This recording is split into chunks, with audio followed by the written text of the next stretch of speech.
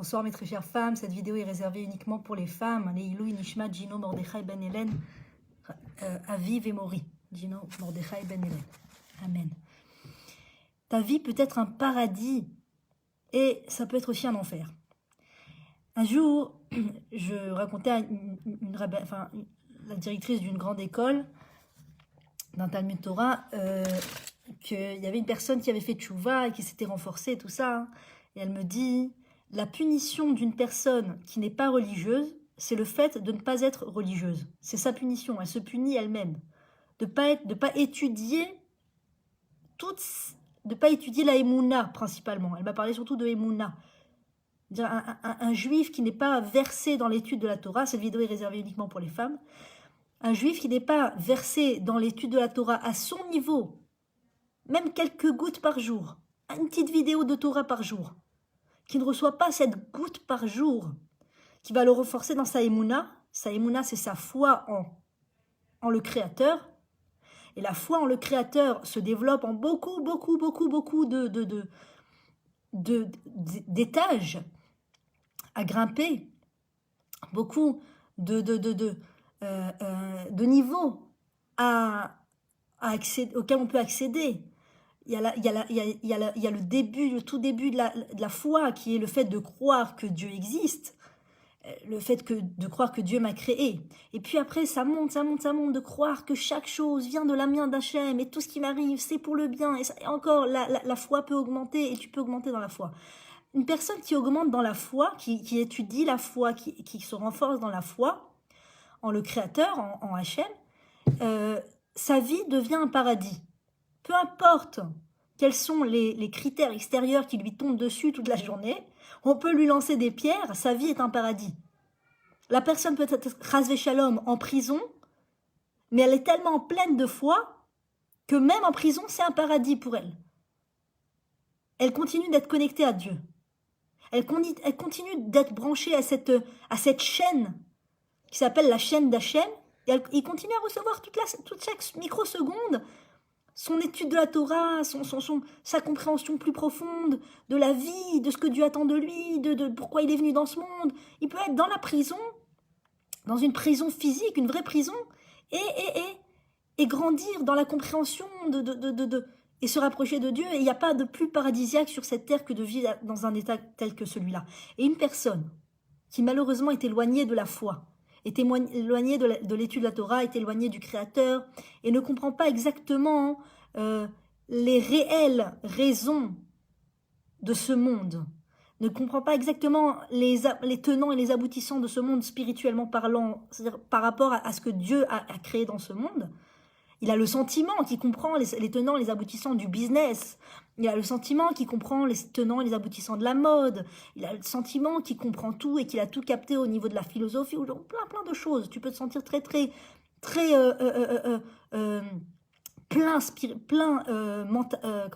intellectuellement, mais être très pauvre spirituellement et au niveau de ta foi. Et tu peux vivre dans un château, tu peux être le plus riche au monde, tu peux avoir des bonnes nouvelles qui t'arrivent à chaque instant seconde. Ta vie peut être un enfer. Ta vie peut être un enfer. D'accord? La Amal Adam Yulad. On nous raconte, on nous explique, nos maîtres nous enseignent que le but dans la vie pour un être humain dans ce monde, c'est de la Amal. S'efforcer, de faire des efforts, de bûcher, de faire des efforts. Pas forcément dans ce qu'on peut penser qu'il faut faire des efforts, d'accord? Parce que c'est vrai, le travail, ça demande des efforts. Je sais pas moi, les hobbies, ça demande des efforts. Ah, je me suis donné corps et âme dans ce hobby, ah là là, ah, je suis un grand passionné de ce hobby, toutes mes énergies de vie, je donne dans ce hobby. Donc oui, c'est vrai, tu fais des efforts, mais pas dans le bon sens. La Amal Adam Yulad, c'est pour s'efforcer que l'homme est venu dans ce monde, pour s'efforcer à comprendre ce que Dieu attend de lui. Ce que Dieu attend de lui, dans quoi Dieu attend de lui qu'il investisse ses énergies de vie. À mieux le connaître, à mieux comprendre sa volonté, à mettre en pratique sa volonté.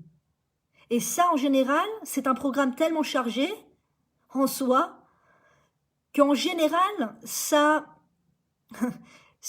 évince les hobbies, justement, et les choses un peu inutiles des fois, où le travail de surcharge, nos maîtres nous disent, dans tous les livres d'éthique, hein, que ce soit Méam Loès, que ce soit les commentaires des maximes de nos pères, que ce soit le Messilat Yesharim, que ce soit tous les livres d'éthique.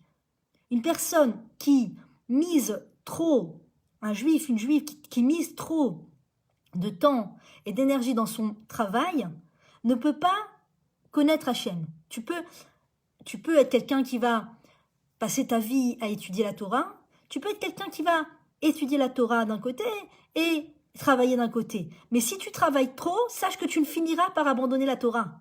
Sache que tu finiras par t'éloigner d'Hachem. Et sache que tu finiras par te tromper de chemin et ne pas comprendre exactement ce que Dieu voulait de toi. Donc, c'est aussi une sorte d'Égypte. C'est une sorte d'Égypte et d'esclavagisme que d'être trop sous le poids du travail et trop sous le poids du souci, de la réalisation et tout ça. L'une des raisons aussi que Dieu attend de nous, l'une des choses que Dieu attend de nous, un de ses amal, un de ses efforts que Dieu attend de nous, et c'est peut-être le but pour lequel on est là, c'est d'affiner son trait de caractère, d'affiner ses midot, la vod tikkun la midot, travail d'affinement du caractère. Et Dieu nous donne toute la vie, tous les jours, d'accord, même quand on s'y attend le moins, même quand on le désire le moins, surtout quand on ne le désire pas spécialement, à toutes les occasions, que ce soit quand on a des enfants, que ce soit quand on a des parents, Baruch Hashem, que tout le monde soit en bonne vie, en bonne santé, que ce soit jusque quand tu travailles, justement, que ce soit quand tu étudies la Torah, que ce soit n'importe quelle situation, tu organises une fête, n'importe quelle situation dans ta vie, Akadosh Baruch Hu te met face à l'exercice de travailler tes traits de caractère. Celui qui n'est pas au courant, c'est un champ de mine permanent. Celui qui n'est pas au courant, c'est justement l'enfer sur terre. Il n'est pas au courant que Dieu le teste. Il n'est pas au courant que Dieu lui envoie des exercices sur mesure pour voir comment il va réagir. Voyons s'il va réagir comme Dieu l'attend. Dieu déteste la colère. Dieu interdit la colère. Il est interdit pour un juif, une juive, de se mettre en colère. Celui qui se met en colère est considéré comme s'il a fait de la avoda zara. Dieu va envoyer à chacun et à chacune l'exercice qui est pour son niveau à lui ou à elle, pour le sortir juste, pour aller vraiment le pousser à bout, pas par méchanceté, hein, pas par méchanceté. Parce que Dieu a un amour tellement inconditionnel pour nous, qui veut nous voir évoluer, qui veut nous voir comme un parent qui a de la peine pour son enfant si jamais on lui annonce qu'il doit redoubler. Si ça doit arriver, ça doit arriver. Il n'y a pas besoin de se prendre la tête non plus et de se rendre malade. Justement, il faut se remplir de foi que Akol et Tova, c'est pour le bien. Mon enfant doit redoubler, c'est pour son bien. Mais c'est vrai que ça fait toujours plus plaisir d'entendre que son enfant passe de classe. Et plus il a des meilleurs résultats, et plus on est content. Pourquoi ? Parce qu'on veut embêter notre enfant juste pour l'embêter, juste travaille parce que je veux t'embêter. Non, on sait très bien que tous les bons parents, enfin tous les parents, ont une bonne intention quand ils envoient leurs enfants à l'école, quand ils veulent que leurs enfants étudient et évoluent, c'est parce qu'ils ont une bonne intention pour leurs enfants, ils veulent que leurs enfants réussissent dans la vie, parce que c'est la chair de leur chair, ils les aiment tellement que la réussite de leurs enfants les touche profondément. Je veux que mon enfant réussisse. Je veux pas que mon enfant reste petit, misquine, qui n'évolue pas, ça fait trop de peine. Je veux que mon enfant évolue. Quand le professeur, la professeure dit des choses positives sur l'enfant, ça fait plaisir à entendre.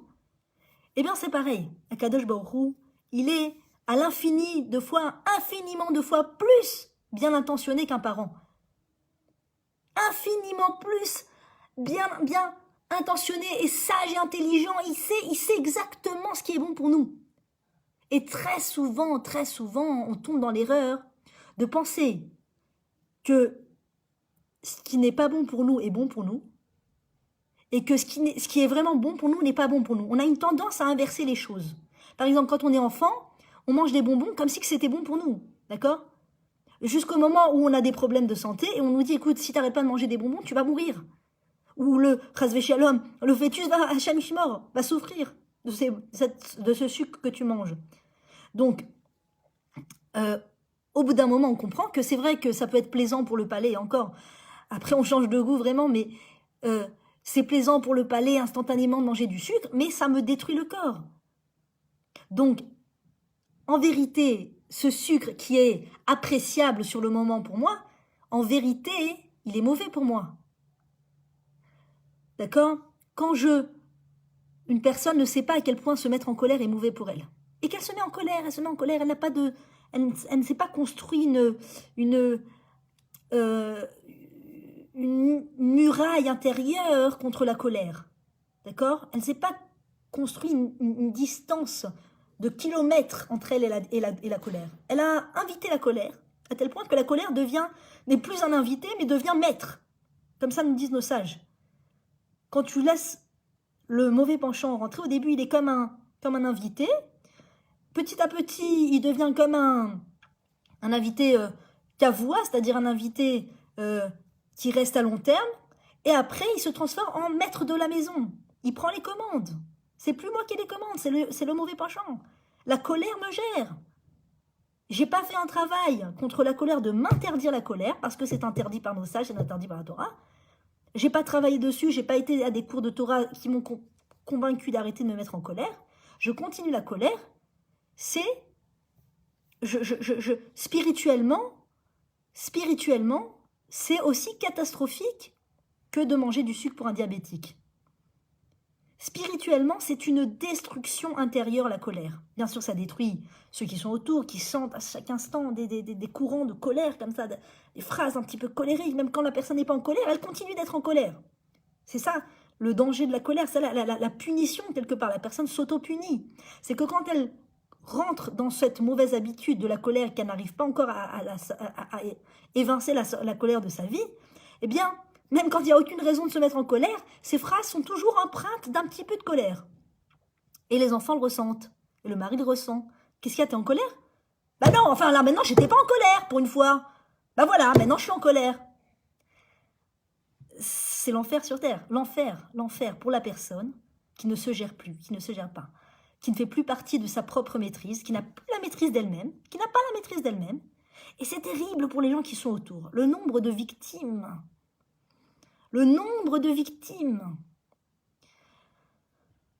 de ces personnes qui se mettent en colère sont innombrables.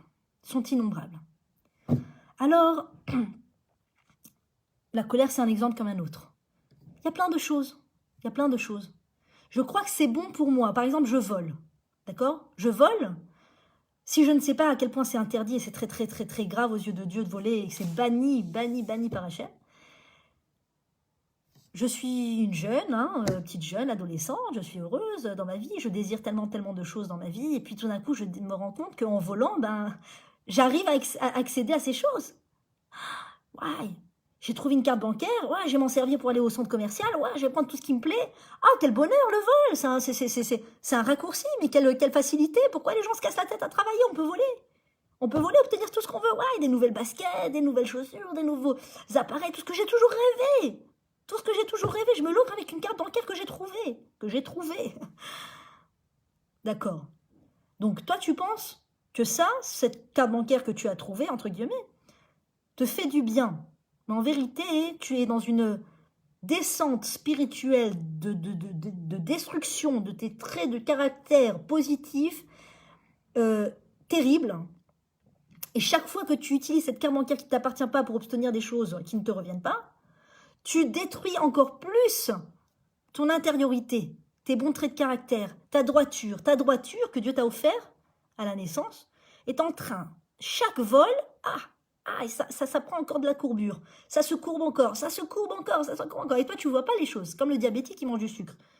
Les médecins, je m'excuse pour l'exemple, mais ça peut tous nous renforcer.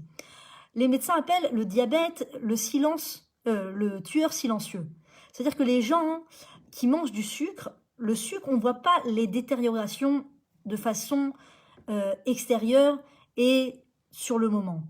Ça se passe tout dans les coulisses du corps et ça se passe petit à petit jusqu'au moment où la personne perd la vue, où il faut amputer le bras. Mais pourquoi? Vous avez mangé trop de sucre. Pourquoi il faut amputer la jambe? Et la personne ne veut pas retourner en arrière. C'est le tueur silencieux. Elle mange du sucre, elle mange du sucre. On ne voit rien à l'extérieur. Tout va bien, tout va bien, tout va bien. J'ai pas mal nulle part, j'ai mal nulle part. Le corps ne dit rien. Et tout d'un coup, le corps se détraque complètement. Et c'est comme ça avec les mauvais traits de caractère. Quand je faute, quand je fais quelque chose que Dieu ne veut pas que je fasse, ça ne se voit pas sur le moment de façon flagrante, mais je suis dans une dynamique de détérioration intérieure de ma droiture, de mes traits de caractère qui sont positifs, qui devraient être en construction et qui sont en train de se détruire au lieu de se construire. Et donc, en l'occurrence, une personne qui se renforce dans la foi, que tout ce qui arrive dans sa vie, c'est un exercice que Dieu lui envoie pour se travailler. Et que tout exercice que Dieu lui envoie, c'est fait pour elle, pour lui, sur mesure. Qu'il n'y a pas d'erreur. Que Dieu envoie les forces avec l'exercice. Il a envoyé les forces avec l'exercice. C'est vrai que l'exercice a l'air très difficile sur le moment. Les enfants se hurlent, les enfants font la panique, les enfants, d'accord? Alors, si je tombe dans les mauvais traits de caractère, je vais commencer à dire du lachon hara sur les enfants. Je vais commencer à dire de la médisance sur les enfants, ce qui est totalement interdit dans les lois de médisance.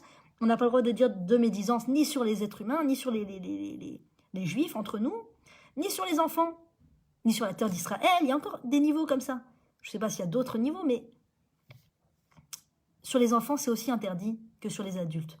Donc quand je dis « Ah, ils sont insupportables », pareil, la dynamique de courbure des mauvais traits de caractère qui se mettent en pratique, qui se mettent en place. Dieu m'a envoyé une situation où je vais avoir avec moi des enfants qui vont me donner un défi, qui vont me lancer un défi de pas... Il n'y a pas une maman sur terre que Hachem, il leur donne des enfants qui sont trop calmes pour elle. Il n'y a pas une situation où les enfants ne vont jamais réussir à toucher le point sur lequel la maman doit se travailler, doit s'élargir. Doit s'élargir, parce que Dieu, il nous aime et il veut continuer qu'on évolue. Il veut continuer de nous voir évoluer. Alors, la fois d'avant, il nous a envoyé un exercice qui nous a fait grandir, mais on ne peut pas s'arrêter là. Il faut qu'on continue à grimper de niveau en niveau. Donc Dieu, il va nous envoyer tout le temps des situations. Ça peut être avec les enfants. Donc, je ne dois pas m'attendre sans arrêt à ce que les enfants soient bien éduqués ou soient calmes, tranquilles. Quand ça arrive, Baruch Hashem, ça fait du bien, ça fait un peu de repos, on est tranquille, nachat, la sérénité, tout ça. Mais quand le contraire arrive, je ne dois pas être surprise. Ça ne doit pas me surprendre. Ça doit me renforcer dans l'idée que Akadosh Baruch Hu ne m'a pas abandonné et qu'il continue de m'envoyer des exercices pour élargir ma tolérance, pour élargir le fait de me retenir de ne pas me dire de la médisance. Et c'est vrai que les exercices sont difficiles, mais plus les exercices sont difficiles, plus ça prouve aussi de mon propre niveau. C'est vrai que les exercices que j'ai aujourd'hui sont encore plus robustes que ceux que j'avais au tout début de ma maternité, du premier, du deuxième. D'accord, c'est vrai que c'est plus difficile. C'est pas toujours le cas, mais ça peut être le cas. C'est plus difficile. Pourquoi? Parce que j'ai évolué entre-temps. Donc maintenant, il faut des exercices du niveau. Des fois, on se dit, comment Hachem peut m'envoyer un truc pareil? Comment? Je sais pas, moi, quelqu'un m'a dit, je me suis sentie, comment elle m'a dit cette expression? Comme un tracteur qui te roule dessus. Je me suis sentie qu'on prenait un tracteur et qu'on me roulait dessus. Sur mon ego, sur mon honneur. Alors c'est vrai, c'est une phrase qui décrit très très bien le sentiment des fois où quand on te manque de respect ou quand on te donne le sentiment qu'on te respecte pas ou qu'on te donne pas d'honneur. Ça peut être le sentiment, c'est vrai. Et ça aussi c'est très très très très bénéfique, extrêmement bénéfique.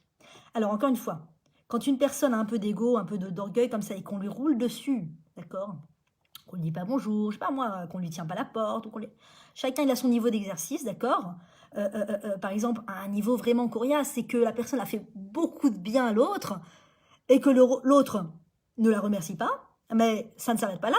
L'autre lui lance la pierre, d'accord. Genre, je sais pas moi, tu as fait un repas énorme pour une femme couchée, tu arrives et elle te dit, je sais pas moi, elle te dit quelque chose qui te vexe. Genre, Ah, c'est maintenant que t'amènes à manger, mais attends, moi, à cette heure-ci, je mange plus, hein. Bon, je vais prendre le repas parce que, bon, je vais pas faire de la baltachette, mais bon, bah, sache que, voilà, moi, je suis désolée, mais à une heure comme ça, je mange plus, quoi. Bah voilà, non, j'ai passé... Bon, mais c'est pas grave, merci quand même. Bon, d'accord, il y a des niveaux, il y a des niveaux, Quoi? Ah, mais j'ai fait, mais enfin, mais je comprends pas, mais pourquoi, mais pourquoi, mais pourquoi, mais pourquoi? Et là, c'est les moments où tu grandis. Ces moments-là de difficulté, de tremblement de terre, combien la personne elle grandit. Combien la personne elle grandit. D'abord, elle est nettoyée de toutes ses fautes. Toutes ses fautes. Tout sentiment d'écrasement, tout sentiment négatif intérieur qui est véhiculé par un événement extérieur, déjà, nettoie nos fautes. Ce sentiment de foi, c'est dur.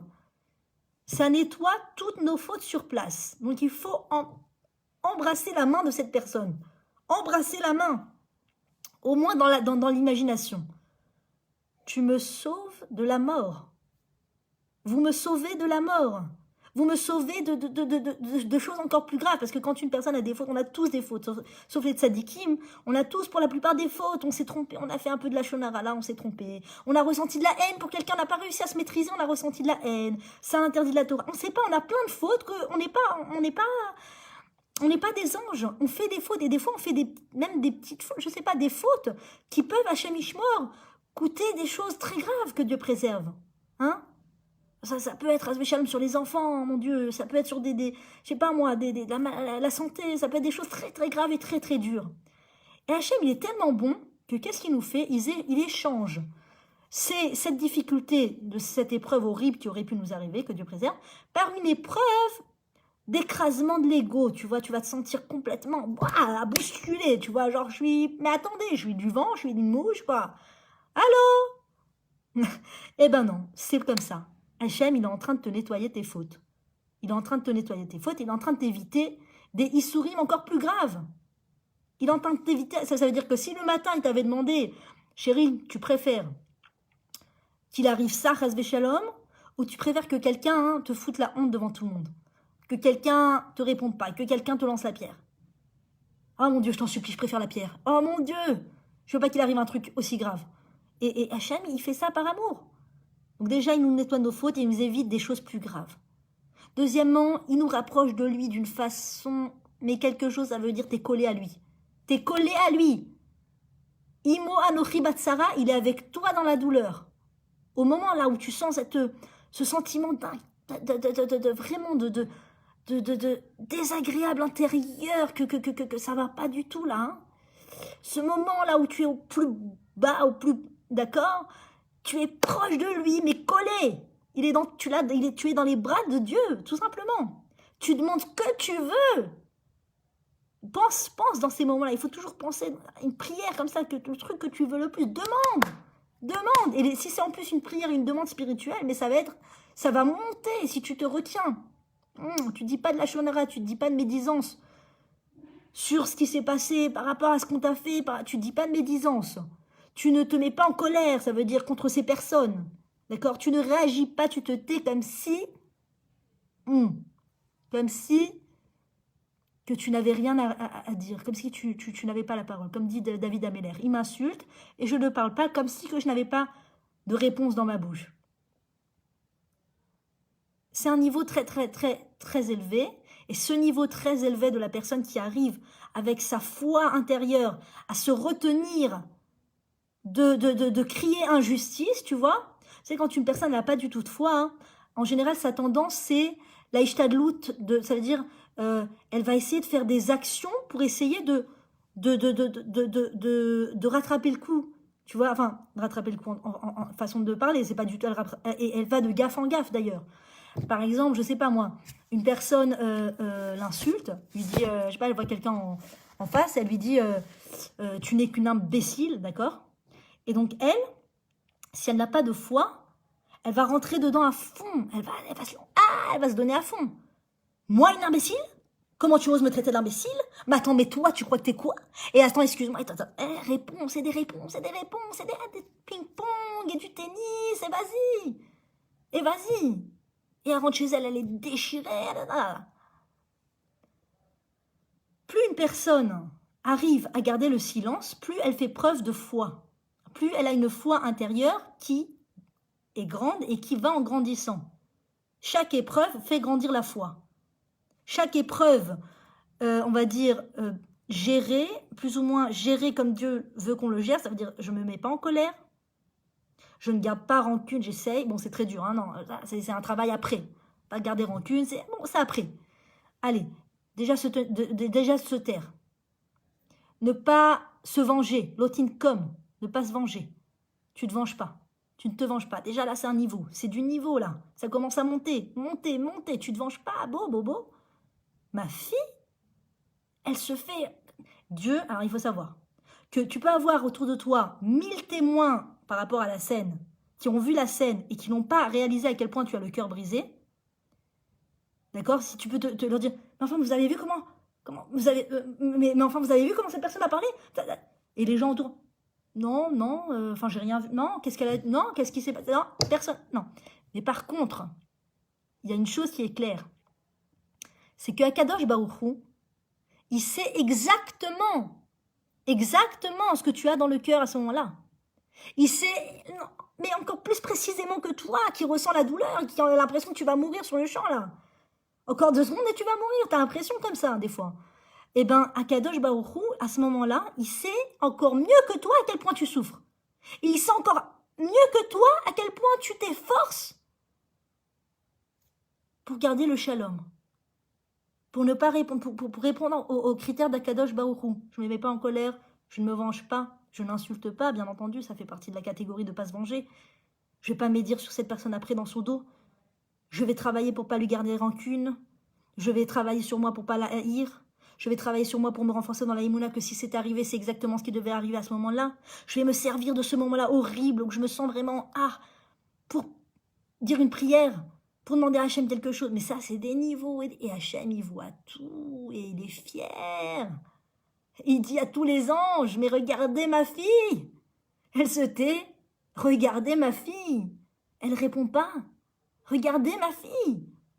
Elle se renforce dans la Emouna que ce que je fais, c'est pour le bien. Elle se renforce. Parce que tu peux avoir une personne qui répond à tous les critères, mais dans son cœur, il en veut à Hachem. Il en veut à Hachem. Pourquoi Hachem? Pourquoi tu me fais ça? Pourquoi? C'est vrai que ça peut arriver sur le moment. C'est humain. Mais quand tu arrives à dire ce pasouk, Atat Tzadik al kol haba alai ve'anir shati, tu es Hachem, Tzadik, tu es pieux, tu es juste sur tout ce qui m'arrive, et c'est moi qui ai fauté. C'est ma faute qui a apporté sur moi cette histoire-là. C'est ma faute à moi. J'ai une faute, j'ai quelque chose. Il y a quelque chose pour laquelle Hachem me fait ça. Atat Tzadik, Hachem. Atat, c'est toi qui as raison. Plus vite tu le dis, et plus le Kiddush Hachem est grand. C'est un Kiddush Hachem devant les anges, devant là-haut. C'est pas, les êtres humains ne savent pas exactement ce qui t'arrive, par quoi tu passes. Tu peux pas toujours parler, tu peux pas toujours expliquer. C'est du lashon hara, c'est de la médisance. Mais devant les anges là-haut, c'est un Kiddush Hachem. Un Kiddush Hachem, un être humain avec un penchant aussi au mal, aussi puissant, avec un ego aussi puissant, avec des traits de caractère tellement animal, va s'élever vers tellement de divinité, vers tellement de pureté, vers tellement de sainteté dans sa façon d'agir. Mais c'est un ange. Et cette fille-là, et sa prière à ce moment-là, mais elle monte, mais elle est reçue.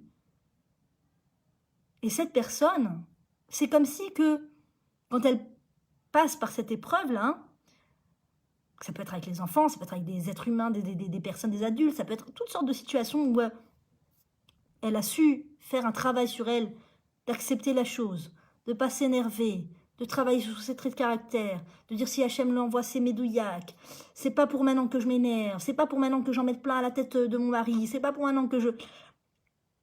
Quand elle fait ce travail, c'est un Kiddush Hachem extraordinaire et elle grandit.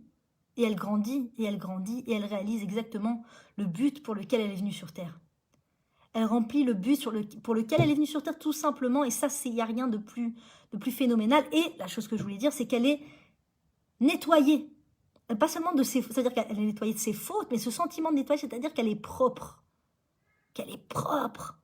Tu sais le sentiment quand tu passes une épreuve comme ça, où tu t'es tu, où tu t'es retenu, où c'est dur, Ou tu t'es enfermé dans ta chambre, tu as dit des télim au lieu de t'énerver, au lieu de faire quelque chose qui est assourd, quelque chose d'interdit, au lieu de faire une réaction d'interdite, au lieu de déprimer, au lieu de quoi que ce soit, tu as pris des télim, tu as dit des télim. C'est quelque chose d'extrêmement élevé comme action, extrêmement aimé d'Hachem, et après, on se sent d'une légèreté, d'une propreté intérieure.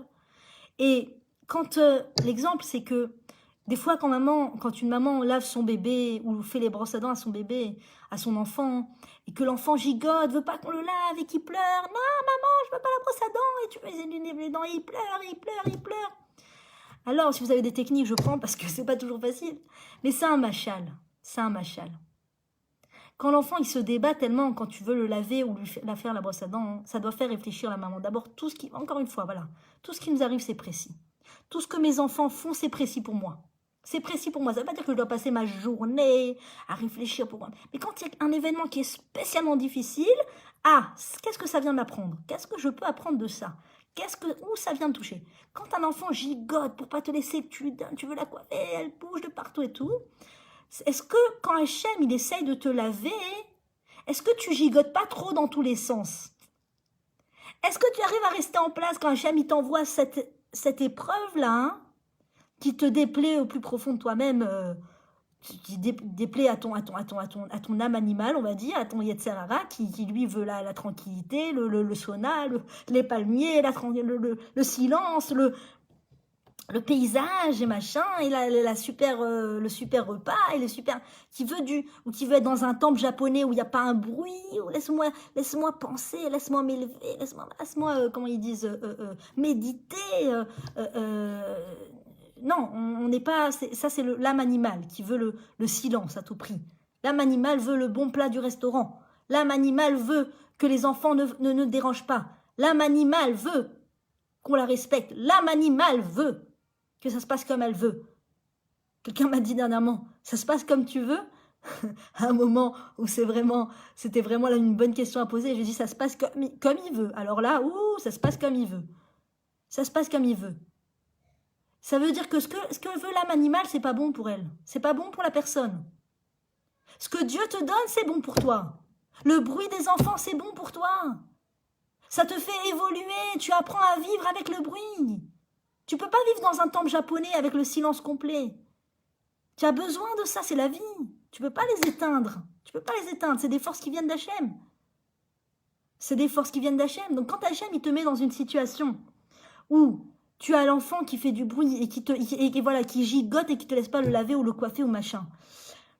Quand Hachem, il t'envoie une expérience, une épreuve, est-ce que tu gigotes dans tous les sens? Tu cries injustice. C'est injuste. Comment ce patron m'a osé me parler comme ça?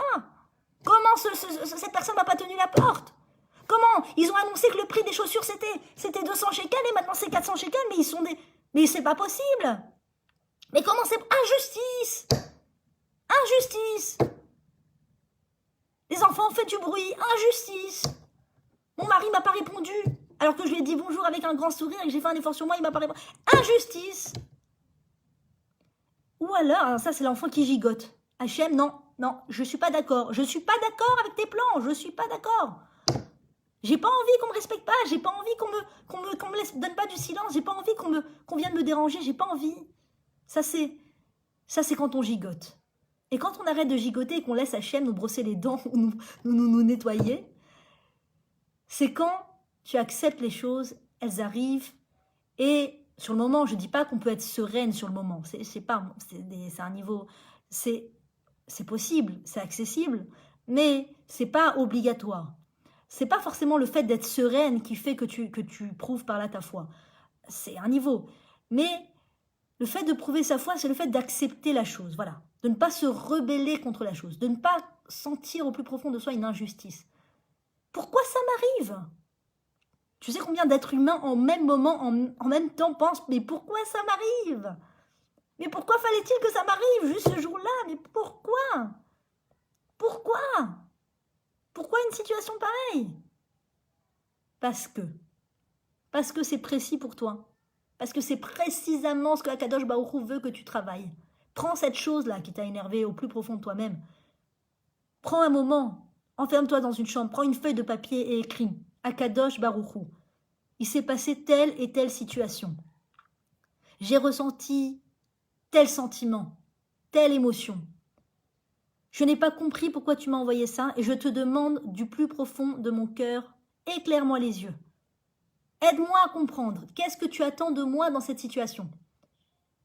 Parce que une situation que je ne règle pas, que je ne digère pas, elle va revenir parce qu'il faut digérer. Il y a bien un moment où il faut digérer le repas qu'Hachem m'envoie, qui est un médicament pour moi. On me manque de respect. Je ne l'accepte pas. J'en fais une dépression, que Dieu préserve. Je quitte ma maison, je quitte mon foyer parce qu'on m'a manqué de respect et je n'arrive pas à vivre cette chose-là. Où tu vas aller? Où tu vas fuir? Il y a quelqu'un sur ton chemin qui va te manquer de respect fois 1000 qu'on t'a manqué de respect à la base qui t'a rendu malade. D'accord? Ce qu'on fuit, on le retrouve fois 1000. T'as pas réglé ce problème, c'est pas de la méchanceté de la part d'Hachem, c'est pas de la vengeance que Dieu fait contre nous, c'est pas qu'il nous cherche au coin des rues et au carrefour pour nous tomber dessus, c'est qu'il ne veut pas qu'on fasse l'école buissonnière. C'est-à-dire que quand il voit un juif faire l'école buissonnière, il se dit, mon fils, je suis patient, pour l'instant tu fais l'école buissonnière, pour l'instant tu n'as pas encore la force et la construction spirituelle intérieure pour supporter ce que je t'envoie comme exercice et te construire intérieurement grâce à cet exercice. Mais il y a un moment, mon fils, où il va falloir que tu grandisses, ma fille. Il y a un moment, ma fille, où il va falloir que tu grandisses avec cette chose-là. Oui, c'est dur. Je reconnais que c'est dur comme exercice. Mais plus c'est dur, comme on dit cette phrase-là, ce qui ne tue pas rend plus fort, Nachon. Ce qui ne tue pas rend plus fort. C'est vrai que c'est dur, mais c'est comme on disait ma grand-mère, Aléa Shalom, la mort, c'est pas pire que la mort. Je sais pas comment dire une phrase comme ça. Mémé, j'ai perdu de l'argent. Mieux vaut ça que la mort. Voilà, mieux vaut ça que la mort. Donc Hachem, il t'envoie des trucs, c'est pas la mort, Baruch Hachem. C'est pas la mort. Donc ça veut dire que tu as encore de quoi faire avec cet exercice. Et quand tu fais cet exercice, ce truc-là de Arna'a et de Hamtaka, ça veut dire que tu baisses la tête par rapport à la décision divine.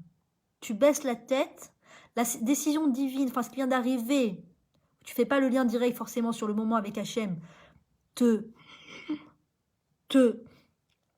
rend folle, d'accord, te fait tourner le sang, tu sens que le sang n'a fait qu'un tour, tu sens que tu es en colère intérieure. Essaye de taire cette colère, essaye de l'éteindre, essaye de baisser la tête face à l'épreuve, face à l'exercice. Baisse la tête, reçois, accepte. C'est ce qu'Hachem veut, c'est ce qu'Hachem veut. C'est exactement ce qu'Hachem veut. Il y a un sticker comme ça. Kacharatsa Hachem. Kacharotse Hachem. C'est ce que Dieu veut. Ça s'est passé comme ça? T'as été sympa, on t'a parlé méchant, t'as fait quelque chose. C'est ce que Dieu veut.